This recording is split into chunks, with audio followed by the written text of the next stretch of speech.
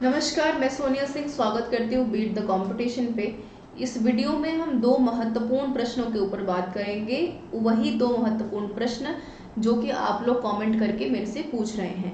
पहला कमेंट जो आपकी तरफ से मेरे से पूछा जा रहा है वो ये कि मैम जो हमारी पीआरटी, टीजीटी और पीजीटी की केवीएस की आंसर कीज है वो कब तक रिलीज होंगी। और दूसरा प्रश्न जो कि आप लोग ये भी पूछ रहे हैं कि मैम क्या आंसर की का वेट कर लें, चेक कर लें अपने मार्क्स, फिर इंटरव्यू की तैयारी करें। तो इन दोनों के ऊपर मैं बात करूंगी और इस वीडियो का मोटिव बिल्कुल आपको मोटिवेट रखना है। और बिल्कुल मैं इस चीज़ की शुभकामनाएं आपको देती हूँ कि आपका जो परिणाम हो सकारात्मक हो और आने वाले भविष्य के लिए एक बेहतर जो है टीचर बन पाए। तो मैं यहाँ पर बात करूंगी सबसे पहले केवीएस के आंसर कीज को लेकर। आप सबको ध्यान में होगा कि एलडीसी का हमारा पेपर केवीएस का 22 जनवरी को हुआ था और यहाँ पर फरवरी खत्म होते होते केवीएस ने यहाँ पर रिवाइज्ड आंसर की भी रिलीज कर दी है। यानी एक बात तो काफी हद तक क्लियर है कि केवीएस बहुत तेजी से हर एक फॉर्मेलिटीज को पूरे करते हुए अपने फाइनल अपॉइंटमेंट की तरफ जाने की कोशिश कर रहा है ताकि सही समय पर टीचर्स को अपॉइंट करके काम को शुरू किया जा सके।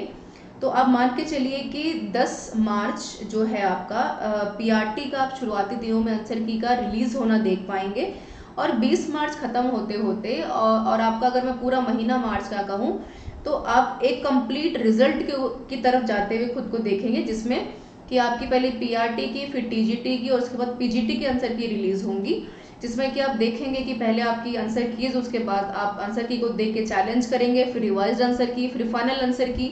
तो यहाँ पर बहुत तरह के स्टेप्स होते हैं जो कि ऑफिशियली फॉलो भी करने पड़ते हैं। तो 20 मार्च तक आप देखेंगे कि पूरी पिक्चर क्लियर हो जाएगी कि केवीएस ने आपके लिए क्या किया है और आप केवीएस में खुद क्या करके आए हैं। ठीक है, तो ये तो रही पहले आपके प्रश्न का जवाब जो मैंने दिया कम शब्दों में। दूसरी बात मैं यहाँ पर करूंगी कि इंटरव्यू की तैयारी आपको करनी चाहिए कि नहीं करनी चाहिए।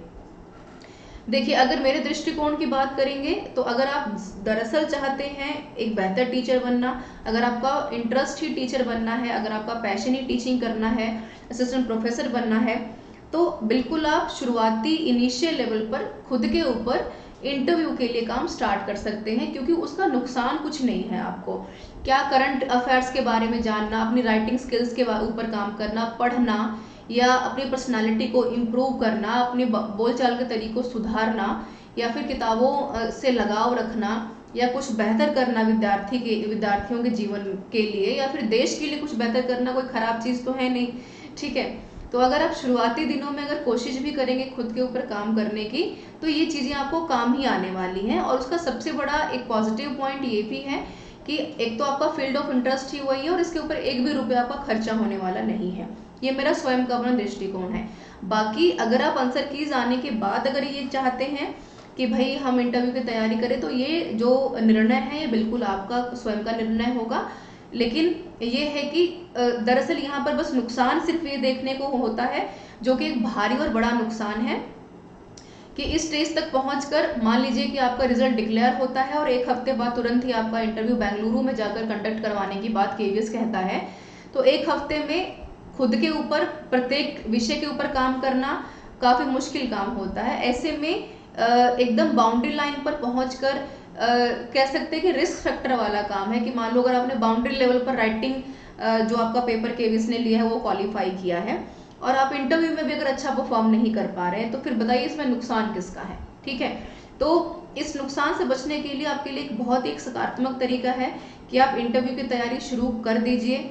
अगर चीज़ें आपके फेवर में रही तो बहुत अच्छी बात है, लेकिन ये भी आपको ये सकारात्मक तरीके से आगे बढ़ना है कि आज फेवर में नहीं है तो आने वाले कुछ समय तक चीज़ें हमारे फेवर में रहनी पड़ेगी, तो तैयारी तो आपको तब भी करनी पड़ेगी। ठीक है, तो ये मेरा स्वयं का दृष्टिकोण था। मैं उम्मीद करती हूँ कि आपके द्वारा पूछे गए दोनों प्रश्नों का जवाब मैंने दे दिया है। और फिर भी अगर आपका कोई कमेंट है, कोई सवाल है तो ज़रूर पूछिएगा। मैं पूरी कोशिश करूँगी कि मैं आपके सारे क्वेश्चंस को जस्टिफाई कर पाऊँ और जो भी मेरी तरफ से एक सहायता है, सहयोग है, चाहे वो इंटरव्यूज़ की बात है चाहे कंटेंट की बात है, मैं पूरी कोशिश कर रही हूँ कि आप तक वो पहुँचाया जा सके।